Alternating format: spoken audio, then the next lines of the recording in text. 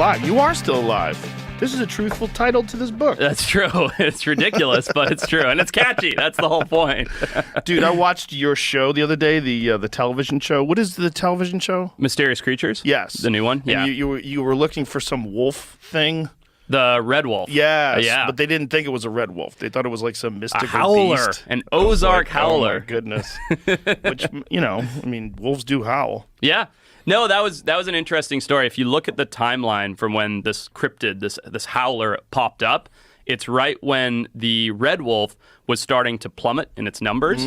And as soon as wolves plummet, they call to each other, right? They howl. Ah, that makes sense. So it's like, oh, we're hearing this thing and the spooky thing that we've seen running around the woods. And it's like, well, yeah, it's wolves trying to find each other. Ah. And it happened to also overlap with when moonshining was like a big deal. So they perpetuated the rumor of the howler to keep people out of the woods. Right. So it like checked all these boxes to like make up this animal. Is there any cryptid that you find compelling?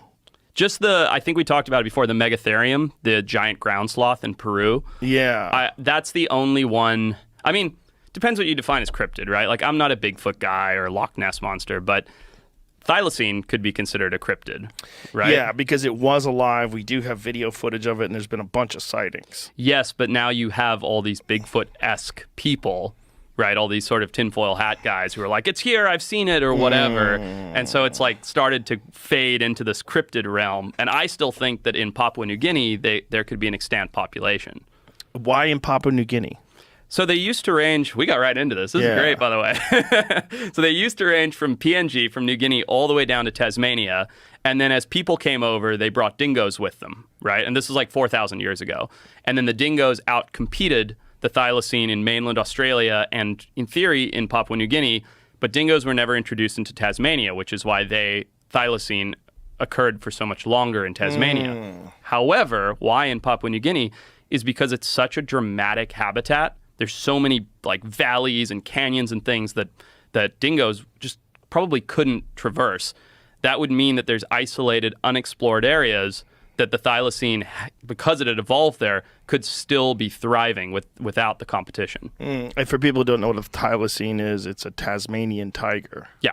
It's a marsupial, wolf, crazy jaw, stripes. Crazy jaw. Like really wild looking. 180 degrees. Yeah. Yeah. Cool looking animal. Like, look at that thing. So when you talk about, cryptids and blah, blah, blah, I still think that these animals could be out there. Didn't you go looking for one at one point in time? Twice. Twice. Yeah. And did you have any sightings or any, at least, amongst the people that you were around, or any credible reports? No. Nothing? Well, reports, yes. I mean, there's a guy named Nick Mooney who is like an incredible, that's Benjamin, the last living thylacine in the zoo in Hobart, Tasmania.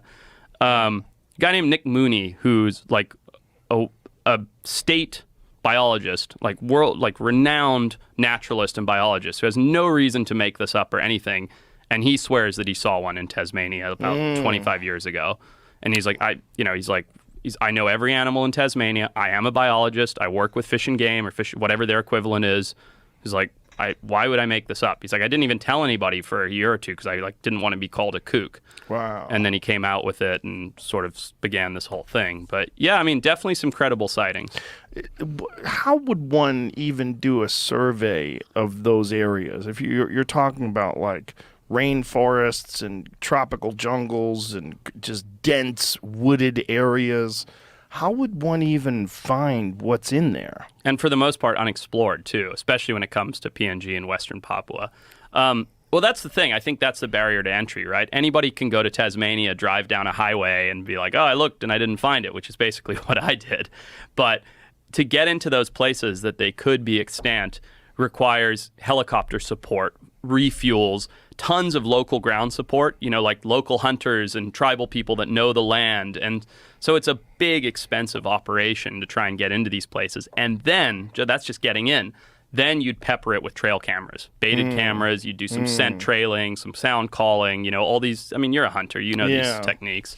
Well, it's interesting because we know that mountain lions are real, but most people don't ever see a mountain lion. Right. And a lot of people that live in like these heavily wooded areas don't see mountain lions. Yeah.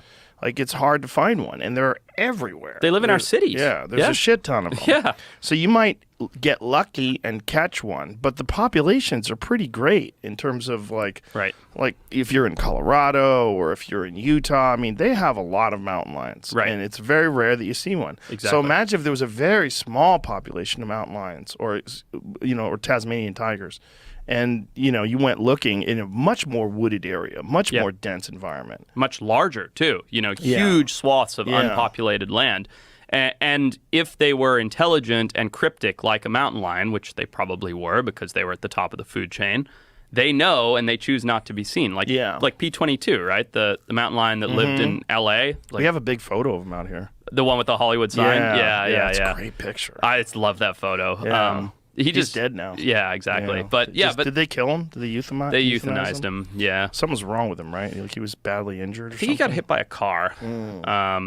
I think. Don't quote me on that. But there was some injury. I think it was a car strike, and he was an old cat as well. So What do you think of the orang pendek? I think it's interesting. Have you ever seen that motorcycle video where the guy's on the motorcycle and he sees the little guy run across? Yeah. So that's supposed to be orang pendek, right? And let's see if we can find that. Sure. That one is weird because there you go. Here, is that real? It's so. And is this a kid? That looks fake. Well, that one so looks fake. over embellished. But if you watch the actual video, So this is the video I've seen. I think that we love humanoids. As a species, we love the idea. Just play the video. It doesn't play. It's all still frames. All of it? It's all someone talking about this. It's not the video. Oh, well, that looks so fake. Yeah, it does. That's a still frame of it. But that could just be a naked dude. Totally. That totally could be a crazy looks like person. a dude. Yeah. That doesn't even look that hairy. But I think look at the proportions. Looks like a person. Did they have something to judge it by? I've seen the actual video though, Jamie. See if we can find the actual video because that's not it. Yeah, this is the same one I've seen. Yeah. And I think in relation to the motorcycle and the guy, even though there's some forced perspective, it's tiny. Yes. Right? So it looks like a dude, but that would be like a 4 foot tall guy. So here's these guys. They're on this motorcycle racing along. Was that the one? I felt like it ran across before. Yeah, that one looks fake. This one looks fake. I'm that one looks certain like I saw a different full-on one. setup. The Yes. guys slow their bike down just in time. Yeah, this one's nonsense. What? Well, that was where it ran across the road. The one that I saw, though, I thought it was dark-haired. And it ran this way across the road, and it was right? a very quick and brief video.